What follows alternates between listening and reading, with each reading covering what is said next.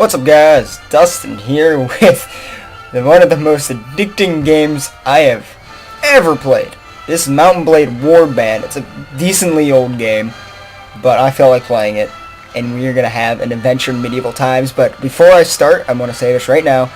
I have not resolved my computer issues as of right now, so this game may crash on me randomly. So I'm going to be constantly, there goes my fan, constantly hitting the autosave feature, or like the quick save button, and so the video might randomly chop off and restart. It's because I'm crashing, and it's stupid.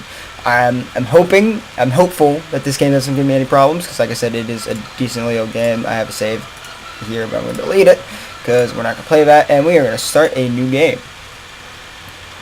Now this game's kind of open strategy, but it's a real fun game. Welcome, adventurer, to Mount&Blade Warband. Before beginning the game, you must create your character. Remember that in the traditional medieval society depicted in the game, war and politics are usually dominated by male members of nobility. That does not, however, mean that you should not choose to play a female character or one who is not of noble birth. Male nobles have somewhat of an easier start, but women and commoners can attain all the same goals, and in fact, may have much more interesting, if more challenging, early game. Continue. So, I'm going to be male, because I'm a man, I have a penis. You were born years ago in a land far, far away. Your father was, I'm going to actually kind of base this off me. My dad's a technician, so let's see, noble, merchant, warrior, hunter. I guess it'd be a thief, because he's quick with his fingers, you know, he's a technician, or electrician, so, a thief. As a son of a thief, you had very little formal education. Instead, you were out in the streets begging until you learned how to cutting purses until you learned how to pick locks all the way through your childhood. Still, those long years made you streetwise and sharp, and the streets of cities and shadowy back ways. You started to learn about the world almost as soon as you could walk and talk. You spent your early life as, I'm not a nobleman. I'm not very good with my feet. Well, we'll go for a stepchild. As a boy growing out of childhood, you rode the great steeps on horse of your own, learning the ways of grass in the desert. Although you sometimes went hungry, you became a skillful hunter and pathfinder in the trackless country. Your body too started to harden with muscle as you grew into life as a nomad man. That kind of makes sense in my life. Then as a young adult, your life changed as you always did, and you became a squire, a troubadour, a university student, a goods peddler, a smith, a game poacher. Now here's where I have problems, because I could be either both, but I'm going to go for troubadour, because as right now I'm not a university student, but I will be. So maybe someday I will play this again and pick this option. Not that it matters much, but I'll be a troubadour. If your distinctions felt sudden to you, somewhere along the way you become a man, and the whole world seemed to change around you. Set on your own with nothing except the instrument slung over your back and your own voice. It was a poor existence, with many a hungry night when people failed to appreciate your play, but you managed to survive on your music alone. As the years went by, you became an adept at playing the drunken crowds in your taverns, and ever better at taking anyone away from you wanted. But soon, everything changed, and you decided to strike on your own as an adventurer. What made you take this decision? Personal revenge, the loss of a loved one, wanderlust, being forced out of your home, lust for money and power. Even though I am a very angry person, I'm not going to go for personal revenge, because, I don't like people. If someone tried to force me out of home, I'd probably get myself killed, and I'm not lustful, so we're going to go wanderlust. Only you know exactly what caused you to give up your old life and become an adventurer. You're not even sure where your home became a prison, when the familiar became mundane, but your dreams of wandering have taken over your life. Whether you yearn for some faraway place merely for the open road and freedom to travel, you can no longer bear to stay in the same place. You simply wanted to never look back. Become an adventurer and ride through my destiny. And I'm going to be a pussy. Okay. Now you entered the name and distributed blah blah blah. Okay, so my name is Dustin. Hello. And a lot of agility. Lots of agility. Alright, well, I'm pouring all this into intelligence, because it's very, very, very, very good. It's a very good thing to have good intelligence. What am I even good with? Pathfinding I'm alright with. Alright, so first things first, I do want some prisoner management. I want these. Shit. And then I want training. Yeah, that was bad. Hold on. Okay. So, basically, here I do want prisoner management. This allows me to have 5 prisoners. I'll upgrade this more later. I am a level 1, but prisoners are a pretty good way to get some money to start off with. Trainer, and alright, we'll do that last. Wound treatment.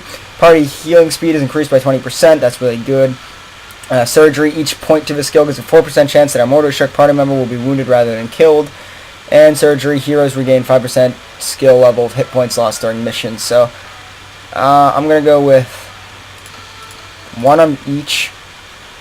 Pour 2 in the trainer. I have 2 left. And I think I'll pour it into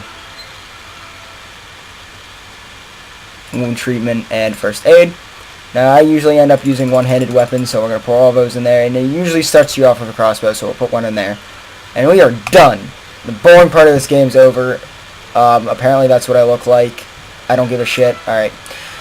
You hear about Karada, a land torn between, I know, butchered that, rival kingdoms, battling each other for supremacy, a haven for knights and mercenaries, cutthroats and adventurers, all willing to risk their lives in pursuit of fortune, power, or glory. What am I saying? That's so weird. In this land, which holds great dangers and even greater opportunities, you believe you may leave your past behind and start a new life. You feel that finally you hold the key of your own destiny in your hands, free to choose as you will, that whatever courses you take, great adventures will await you. Drawn by the stories you hear about Karadia and its kingdoms, now here's where you get to pick your starting area. I usually pick the road axe, but since I always pick the road axe, I'm going to pick someone else. So, we'll do the Nords. I like Nords. Should I be Nordic? I'll be Nordic. You take passage with a trading long ship carrying weird names from the it's like Gryfalcons from the furthest reaches of the north to be bartered for linen and wool. It sailed early in the season, but the master reckoned that the risk of driving ice in later winter storms would be justified by arriving ahead of the sea raiders, who by April would be sailing from their island lairs to ravage Colorado's coast. It was some relief when your ship came in sight in the delta of the Valley and Boca rivers, and a short while later rode past tidal flats and coastal marshes to the city of Sargoth, home to the sea raiders' distant kinsmen, the Nordic lords, who a few generations ago carved themselves a kingdom in this rich but troubled land. The Nords are actually pretty hard because the Sea Raiders are really overpowered. So this is going to be an interesting playthrough. You are exhausted by the time you find the inn in Sargoth and fall asleep quickly. However, you wake before dawn and are eager to explore your surroundings. You venture out into the streets where you are still deserted. All of a sudden you hear a sound that stands the hairs and neck on the end, and I butchered that. All of a sudden you hear a sound that stands the hairs of your neck on the end, the rasp of a blade sliding from its scabbard. Continue. And so far we haven't crashed, even though... Oh, I have throwing knives? What the... Oh, wrong button. I've never had throwing knives before. I guess I've never been a thief either. Alright. Throwing knife, go! Ah! Asshole. Hey, he doesn't have a sword. He has a... Oh my god, I hit him. Let's go. Let's go. Ha. Oh, you're not dead yet? Ha! Now you're dead, bitch. Who are you? Oh, it's a merchant. Merchants are always nice and friendly folk. Are you alright? Well, I guess you're alive at any rate. I'm not sure that we can stay the same as the other fellow. That's one less thief to trouble our streets at night, although heaven knows he won't be the last. Anyway, maybe you can help me out with something. Let's talk more inside. Out here, we don't know who's listening. The merchant takes you into his house. Once inside, he stands by the door for a while, checking the street, and then finally convinces you up and forward, comes near you to speak. Don't rape me, don't rape me, don't rape me! Wait, I thought he was talking to me. I don't know, I've never had throwing knives before. Now, let me explain my proposition. We've always had big gangs in the hills driven to banditry by war, debt, or love of violence. Recently, however, they've been getting bored or leaving their camps in the wild and venturing the town looking for unwary prey. The watch commander tells us it's because of overfighting on the frontiers, fewer men to keep the eye on the streets, but I'm not sure what to make of that. It seems to me that the most logical explanation is these bandits have an ally inside the walls who helps them enter unnoticed and helps them identify particular tempting targets. Last week, you see, they took my brother. I don't know what my brother was thinking, alive from a prominent house, out alone after dark in times like this. Well, I suppose you were too, but you're a stranger here, and didn't know how bad things have become. He had no such excuse, but he's family. So what can we do? If you don't protect your kin, these people will start thinking that you can't protect your investments either, and I can't have that. No doubt the gang will soon send word about a ransom, but I don't care to pay it. I like this man. So here's my proposition. You look like you've had a bit of experience with a blade. Maybe. And more importantly, you must have a bit of fire in your belly. How'd you know? And you wouldn't be coming to Karadia if you to seek your fortune. So, here's what I'm asking you to do. Gather a small party, track down these bandits to the lair, teach them a lesson, and won't forget and get my brother back to safety. Or, back safe. Return your my lasting gratitude in a bill of silver. What do you say? I am interested. You won't be able to do this by yourself, though. If you try and take on the whole gang single-handedly, the hunter will become the hunted, I'll warrant. You'll first want to round up some volunteers. There's always a few lads in the village around here looking for a bit of work that's more interesting than till the soil or hauling water. They'll follow you for pay, so take this purse of 100 dinars, considering it an advance on your reward. Go around the villages and use money to hire some help. I reckon that you'll need at least 5 men to take on these bandits. Very good, sir. Well, that's not what I sound like. Very good, sir. What do I sound like? All my voices are all the same. Very good, sir. I'll collect some men from around the villages. I guess I kind of sound like myself. Good! You can find me again in the tavern here in Sargoff after you got your group together. Then we'll speak about what we do next. Okay. So this is the one thing that the tutorial should have told you. You hit tab to get out of places.